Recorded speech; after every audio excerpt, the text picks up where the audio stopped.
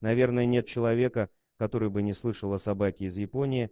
Хатико, она стала символом верности и преданности. Но совсем мало кто знает о шотландской собаке Бобби, хотя его история произошла ранее, за 100 лет до Хатико. Еще в 1873 году в самом центре Эдинбурга шотландцы установили памятник собаке по имени Бобби. Но чем же она стала так знаменита? Сейчас мы вам расскажем. Эта история – часть культуры народа Шотландии, и шотландцы с удовольствием рассказывают всем о ней. События происходили в XIX веке. Пес родился в 1855 году. Его хозяином стал обычный мужчина, работавший ночным обходчиком в полиции города. Собачка была небольшого роста породы скай-терьер. Бобби, так звали пса, постоянно сопровождал своего друга. И все было хорошо, пока Грей, хозяин собаки, не заболел туберкулезом. Болезнь была смертельна, и мужчина скончался. Джона Грея похоронили в старой части города у церкви, на кладбище для небогатых людей. И вот с того момента постоянным пристанищем Бобби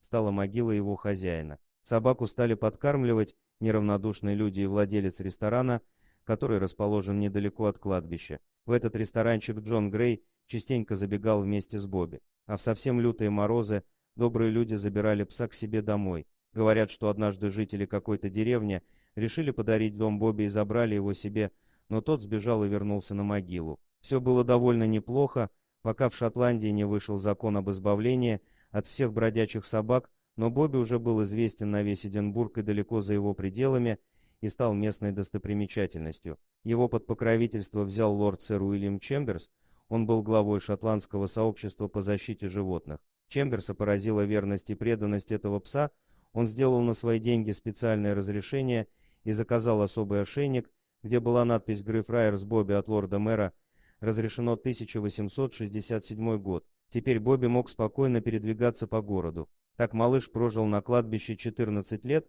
у могилы своего хозяина и умер в 1872 году. Многие люди приезжали в Эдинбург только ради того, чтобы познакомиться с собакой. Еще при жизни Бобби было решено поставить памятник.